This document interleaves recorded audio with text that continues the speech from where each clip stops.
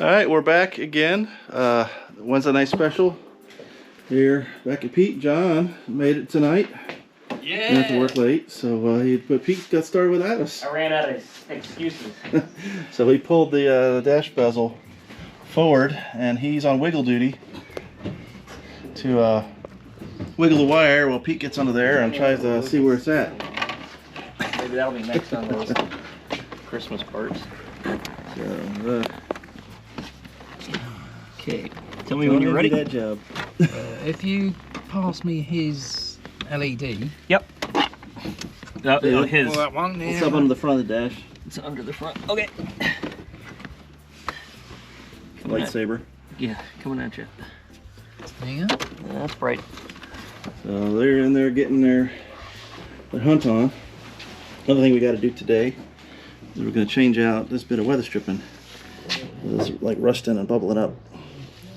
This piece is good. We're going to get that changed. We've taken apart the regulator. Getting ready to install the vacuum fitting. I already got it down here. I was wiping it down and deburring it. So we opened up the threads more with an NPT tap. And we're getting ready to install these lines in there. So this will be stage 1. And next stage will be into the side of the intake. And hopefully we may have to take the valve cover off and get it straight at it with a drill. We'll cross that bridge soon. But yeah, just jamming on little projects. Trying to get stuff done. So we'll bring you back in the middle of it all. Alright, so we got this fitting threaded and tapped into the aeromotive fuel pressure regulator. This is a boost reference one, so that's why we need a good vacuum signal for it. So he said he wanted it to face in the rear because he's going to put a T right here, and he's going to T a bunch of stuff in. But then the next thing we got to do is the whole intake for the main vacuum source. So what we got to do is I got this contraption here go together. All it is a step drill, 90-degree adapter. Fits together like it was made for it. And then we're gonna go in here up to the 7/16 inch step, which is the second biggest one. So we got plenty of room to work. All the ports are stuffed with paper towels. And then we have the NPT tap, 1/4 inch 18, to use this. Because I thought that these were metric last time. And this is 1/4 inch NPT, and this is 1/8 inch NPT. So we already tapped the fuel pressure regulator with that. So we are on our way. We've gotten the binnacle ripped apart. Oh, I almost got it off. So yeah, you got to reach in here And get the little clip. use a screwdriver. Yeah, you got to use a flashlight too at the same time. Okay. So you want to do the dangerous part? He's handed over the dangerous bit. Does he have trigger discipline now? Is that good enough there? Yeah. I stuffed the deep. So you're going to go to the second biggest one right there. That one there. Yep. So up to that, not over this. It. Yeah. This one. Yeah.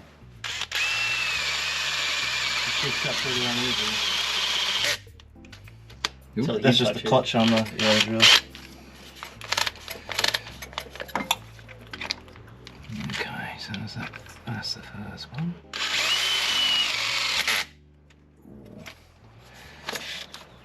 There you go, you're on drill now. Just take it easy.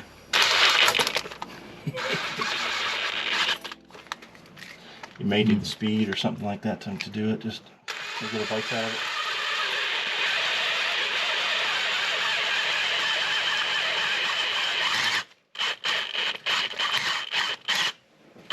Alright, yeah. Is it through? Go a little, I think we'll be alright. I think it's a pretty big tap. We're gonna be making lots of chips, so I'll go back and see if this one ever works out. That's cool. Alright. Turn it off. Turn off the K-pop. Was it E-pop? I'm not modern. I'm old. So took the trim off, and there's these rusty pop rivets you gotta drill out. I don't even know if there's one in there. I can't tell either. I'm gonna hit it with the drill and find out. Yeah, we'll find out soon. Yeah, we We gotta take this mirror over there to go. I already loosened it up a little bit, so it should be enough for that. Yeah, just get a drill with a tiny bit and hit that zip one. that and out. see if we can pull this bit of crystals off. The drill is over here. Do you have your bits or? Well, I got the unibit thing here. You can just take it off the 90 Yep. and do it with that. Oops.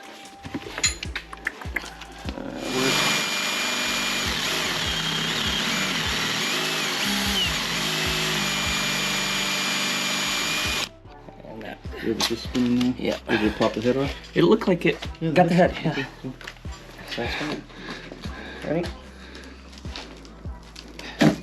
Oh, well, that was it. Look at that, mate. I didn't even scratch your paint. I didn't think that one had a rivet in it. It was just rusted. Didn't have a rivet at all. It's just, well, if they went super duper cheap and just smashed one rivet in the whole thing. I mean, it had something in there. It's just might have been corroded because the other. You can't even tell if it's still rusted. Yeah. Do you know how old this car is? It's as old as your I might underwear. as well just throw it away. So, alright, let's get the rest of this rivet out and then we can get the new one going in. Fitted brand new windscreen wipers on a busted windshield. You're dedicated.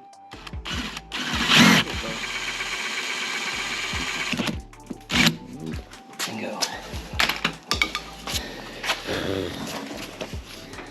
Alrighty. Hardly any damage, Pete. I did all right. You'd hardly ever notice it. Once it's covered up with RTV, you'll never know.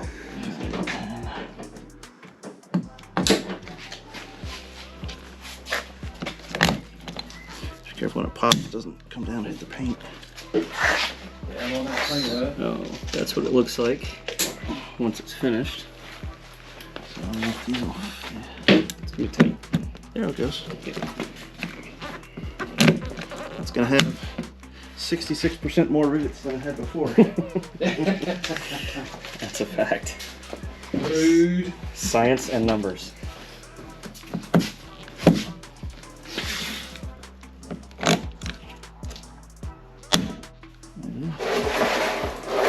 Okay, so that's how it looks. And that, we gotta tighten up the mirror. I'll tighten up the mirror and then we'll put the trim piece Where'd on. you put? Oh, here it is. It's right on top. Actually, I think we need to tighten this mirror up. Just to, You want to lift it up a little bit? well, it needs to like slip onto it. Okay. So we get it over those little nubbies first. Can we just tighten it up? Over. We're gonna just tighten it up. There's that. Oops, one screw.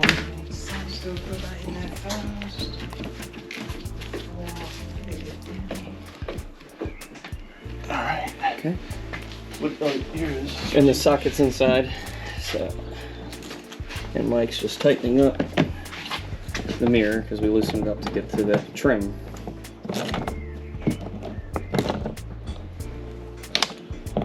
I can tell you it was not tight at all when I loosened up. Probably because it's just plastic, but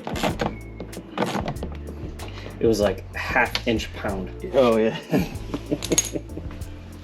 This, I don't know if it'll go on because it was busted and just kind of pushed back into place. Don't tell Pete about that. What? What? Exactly. Nothing. Didn't say anything. Don't know what you're talking about. Nothing's broken. It's fine. Alright. Oh, look at this. There's no bubbles in it. Nope. Is that trim piece on the inside falls? Window shatters. Falls off jack stands. Alright, we got the other side. Is the other side rusty? Or was it just this side?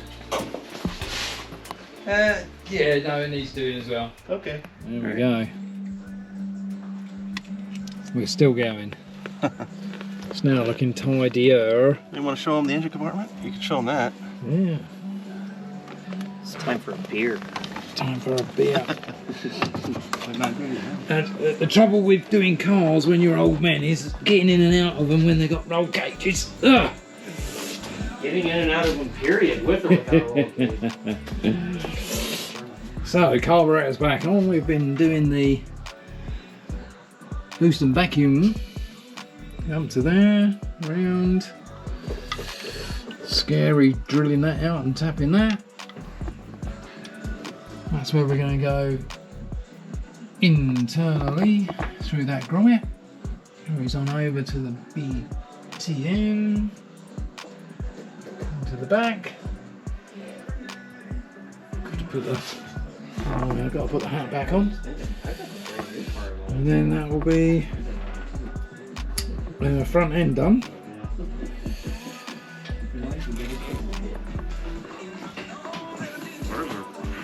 We have to check the door tag to see how close ours are. Which one is newer? Yeah. Johnny boy. Hello. You want to watch me burn your car down? What are you doing? What are you doing? Smoke. I'm smelling burnt hair or carpet. Heat shrink too. All right, so we're wrapping up this wiring job. So this will be kind of how it's sitting for the most part. When it's all said and done, we get ready to put the seats back in. Everything's nicely terminated, heat shrunk, soldered, and rolled away. This is going to be for the seat right here. This bundle here was what we didn't know about. These two red and white wires, that is for the neutral safety switch for the automatic transmission. That's no longer in here. So the manual transmission one will have a plug on the transmission with a loop.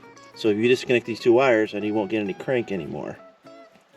The purple wire and this black wire are going to go to your reverse light switch, because the purple wire has switched 12 volts, and then this is the output to the reverse lights. So next time we get here, we get the connector for the switch on the side of the transmission. That's what those two wires will go to, and I couldn't figure out what these two go to yet, so they're staying there for now. Just nicely isolated off with some heat shrink.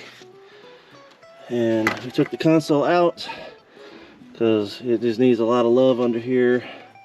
We had to actually cut some wires because they were routed up and around the metal frame of the console just to even get it out.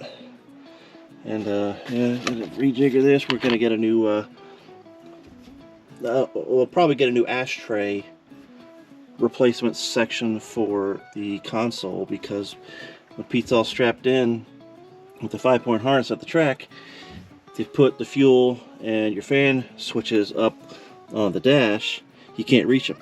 So we're gonna get a nice switch panel for inside the ashtray area, so you can close the ashtray lid. It'll be all covered up, and that'll be the way to go.